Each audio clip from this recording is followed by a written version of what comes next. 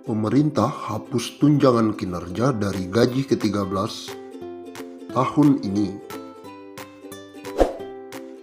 Menteri Keuangan Sri Mulyani mengatakan gaji ke-13 PNS hanya memasukkan gaji pokok dan tunjangan melekat. Itu berarti tunjangan kinerja kembali dihapus dari komponen gaji ke-13. Tunjangan melekat terdiri dari tunjangan keluarga dan tunjangan jabatan yang masuk dalam komponen pembayaran gaji ke-13. Besaran gaji ke-13 TNI, Polri, PNS adalah gaji pokok dan tunjangan melekat, ungkap Sri Mulyani dalam konferensi pers 29 April 2021. Keputusan ini sama seperti pada tahun 2020 lalu. Saat itu, pemerintah juga memangkas gaji ke-13 dengan menghapus komponen tunjangan kinerja. Sementara, Sri Mulyani mengatakan gaji ke-13 untuk PNS akan cair pada Juni 2021. Pencairan dilakukan jelang tahun ajaran baru yang jatuh pada Juli 2021. Ia berharap seluruh PNS, TNI, dan Polri bisa fokus dalam melaksanakan tugas dan menjaga Indonesia. Ia juga meminta masyarakat tetap empati karena sebagian besar sektor ekonomi belum pulih akibat pandemi COVID-19. Aturan terkait gaji ke-13 ini tertuang dalam peraturan pemerintah yang sudah diteken Presiden Joko Widodo kemarin. Nantinya Kementerian Keuangan akan menerbitkan peraturan Menteri Keuangan untuk menjadi aturan pelaksana implementasi gaji ke-13.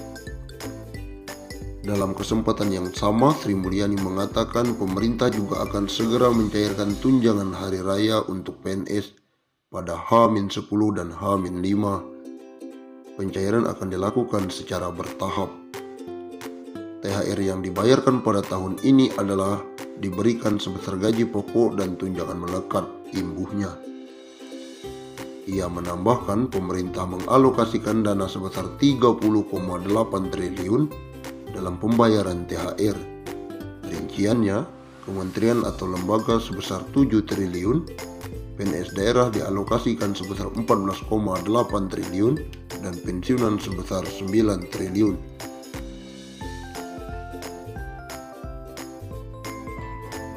Menteri Keuangan atau Menkyu Sri Mulyani Indrawati memastikan tunjangan hari raya bagi pegawai negeri sipil, TNI, Polri akan mulai dibagikan pada H-10 hingga H-5 Lebaran tahun 2021. Untuk pencairan THR PNS 2021 dan para abdi negara lainnya tersebut, negara mengalokasikan dana sebesar 30,6 triliun yang terdiri atas THR PNS instansi pusat dan PNS di pemerintah daerah. Dia mengatakan dana THR PNS 2021 sebesar 30,6 triliun tersebut akan dibelanjakan untuk pusat dengan jumlah 15,8 triliun dan 14,8 triliun untuk daerah. THR PNS 2021 terdiri atas gaji pokok, tunjangan keluarga, tunjangan pangan dalam bentuk uang, dan tunjangan jabatan atau tunjangan umum sesuai jabatan. Sementara THR dan gaji ke-13 bagi calon PNS terdiri atas 80% gaji pokok, tunjangan keluarga, tunjangan pangan dalam bentuk uang saku, dan tunjangan umum. Komponen THR yang diterima pensiun masih sama, tetapi bedanya gaji pokok diganti dengan pensiunan pokok. Sri Mulyani lalu membeberkan alasan besaran THR PNS 2021 tak memperhitungkan tukin. Sebab APBD masih mempunyai instrumen utama dalam pemulihan ekonomi akibat pandemi COVID-19.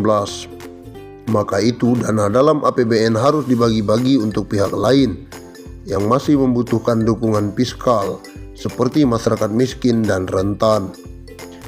Pemerintah memahami dalam situasi tahun ini COVID-19 yang membutuhkan dana dan anggaran APBN bagi penanganan dan pemberi perhatian bagi masyarakat. Oleh karena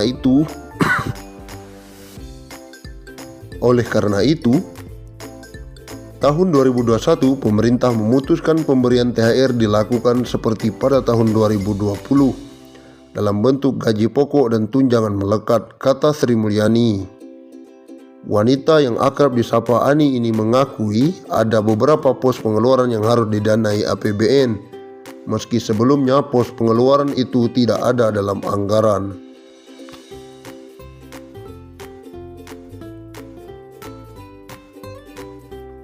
Misalnya saja untuk kartu prakerja, sebelumnya pemerintah hanya menganggarkan dana untuk kartu prakerja 10 triliun. Namun anggaran ditambah menjadi 20 triliun. Bendahara negara ini juga menganggarkan bantuan atau subsidi kuota internet untuk pelajar dan pengajar. Lalu bantuan langsung tunai seperti bantuan produktif usaha mikro dan imbal jasa penjaminan UMKM. Oleh karena itu, memang beberapa pos dilakukan refocusing. Namun komitmen pemerintah dalam rangka pemberian THR bagi ASN TNI Polri pada Idul Fitri tetap dipenuhi dengan pemberian THR, ungkap Sri Mulyani. Tercatat, pemerintah menganggarkan dana 699,43 triliun dalam program pemulihan ekonomi nasional. Di dalamnya terdapat anggaran dalam bentuk perlindungan sosial 150,3 triliun yang disalurkan untuk PKH 28,7 triliun, bantuan sembako 45,1 triliun, BST 12 triliun dan dana desa 14,4 triliun. Dana PEN juga antara lain diberikan untuk mendukung kinerja sejumlah perusahaan BUMN.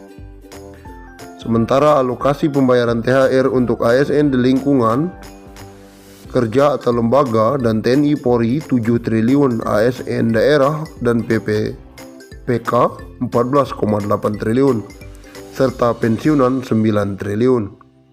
Kebijakan ini diharapkan akan menjadi salah satu faktor pendorong konsumsi masyarakat, sehingga dapat membantu akselerasi pemulihan ekonomi, pungkas Sri Mulyani. Baru-baru ini muncul sebuah petisi terkait kekecewaan para pegawai negeri sipil soal besaran tunjangan hari raya atau THR PNS tahun 2021. Musababnya pemerintah memangkas besaran THR PNS pada tahun ini cukup besar, di mana komponen THR PNS 2021 hanya berupa gaji pokok dan tidak menyertakan tunjangan kinerja. Dilihat dari petisi tersebut, THR dan gaji 13 ASN lebih kecil dari UMR Jakarta. Petisi itu sejak 1 hari lalu kini sudah mendapatkan dukungan sebanyak 11.788 orang. Menteri Keuangan Sri Mulyani Indrawati telah memberikan statement bahwa THR dan gaji ke-13 ASN tahun 2021 hanya diberikan sebesar gaji pokok saja. Hal ini berbeda dengan pernyataan dan janji beliau sendiri pada Agustus tahun 2020 yang menjelaskan bahwa THR dan gaji ke-13 ASN tahun 2021 akan dibayar full dengan tunjangan kinerja sebagaimana telah dilakukan tahun 2019.